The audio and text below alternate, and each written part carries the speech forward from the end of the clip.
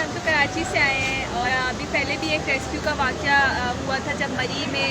बहुत से लोग फंस गए थे। ठीक है, तो हमें तो इंसानियत के ऊपर से बिल्कुल ही भरोसा उठ गया था, लेकिन जब हम यहाँ फंसे हमें पता चला कि ये रोड ब्लॉक हो गई है। ठीक है, वहाँ के लोगों ने हमें ऑफ़र किया कि हम फ्री ऑफ कॉस्ट वहाँ रह सकते हैं कैंप में,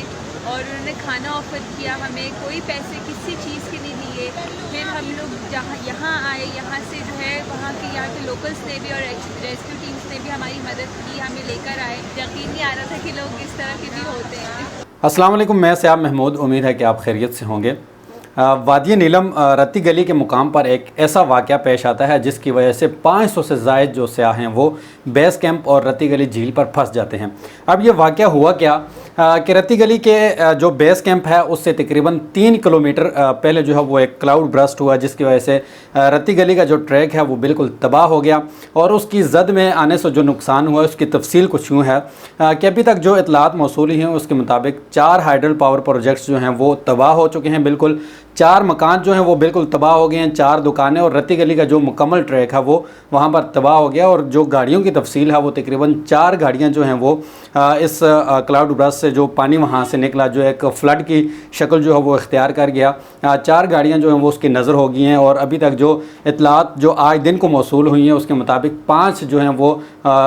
जो शख्स हैं वो इस नाले में बह चुके हैं, और बाकी जो तफसीलात अभी आनी बाकी हैं। SP इमरान साजिद साहब से जो आज दिन को मेरी बात हुई है उनके मुताबिक ये सारी रिपोर्ट जो है उन्होंने आज दिन को पेश किया। और जो एक काबिल तहसीन बात जो यहाँ पर बतानी बहुत ज़रूरी है कि वहाँ के जो मुकामी लोग हैं, ज़िले इंतज़ामिया है या जो वहाँ के जो इदारे हैं, उन्होंने बहुत ज़्यादा कोऑपरेट किया। वहाँ के जो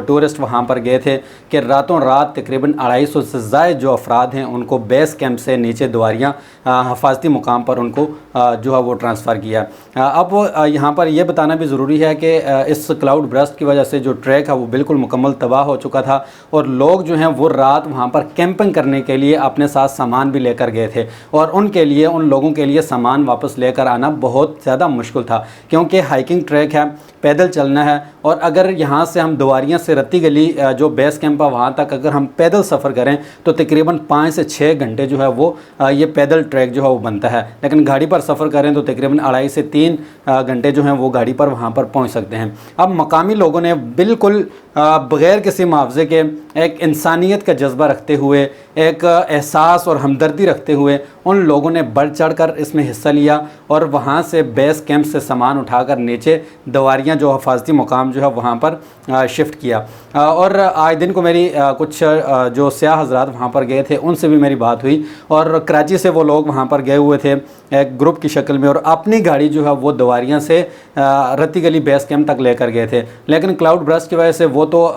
बाहिफाजत नीचे दवारियाँ तक पहुँच गए, लेकिन गाड़ियाँ उनकी अभी भी जो बेस कैंप में मौजूद हैं। लेकिन जो ज़िले इंतज़ामिया ने उनको ये यकीन दहानी करवाई है कि उनकी गाड़ियों को भी हफाजती इक़दामात के ज़रिए से उनको वापस जो है वो नीचे बेस कैंप जो रत्ती गली है वहाँ तक पहुँचाया जाएगा।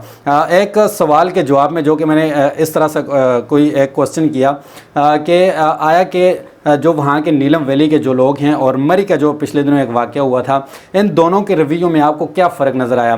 तो बात करते हुए वो सयाह जो है उनकी आंखों से, उनकी आवाज़ से ऐसे लग रहा था कि जैसे शायद वो उनके जज्बात जो हैं वो अपने कंट्रोल नहीं कर पाए। अगर नीलम वैली के लोग भी मरी वाला रवैया अख्तियार करते तो हो सकता है कि अगले 5 से 10 साल जो है वो नीलम वैली वापस अपने पाँव पर खड़ा ना हो सकता। लेकिन जो इन्होंने आज रवैया अख्तियार किया है यहाँ पर सयाह हज़रात के साथ जो वहाँ पर मेहमान गए हुए थे, तो मेरे ख़्याल में जो है कि टूरिस्ट ज़्यादा से ज़्यादा जो है वो नीलम वैली को प्रमोट करेंगे और नीलम वैली में दोबारा जो है उसको अपने पाँव पर खड़ा करेंगे, क्योंकि नीलम वैली एक ऐसा इलाका है जो कि बिल्कुल पैरेलल टू LOC। और दूसरा ये है कि यहाँ पर आफात, जो कुदरती आफात हैं वो बहुत ज़्यादा यहाँ पर आते हैं। बाज़ औक़ात लैंड स्लाइडिंग की सूरत में, बर्फ़ानी तोदे गिरने की सूरत में, LOC पर फायरिंग की सूरत में, तो इस तरह की कुदरती आफात जो हैं वो वहाँ पर बहुत ज़्यादा हैं। लेकिन पिछले 4-5 सालों से दोबारा जो नीलम वैली है वो अपने पाँव पर खड़ा हुआ है, और अब मज़ीद जो इस तरह का अगर रवैया रहा लोगों का, और ऐसे ही लोगों के साथ कोऑपरेट करते रहे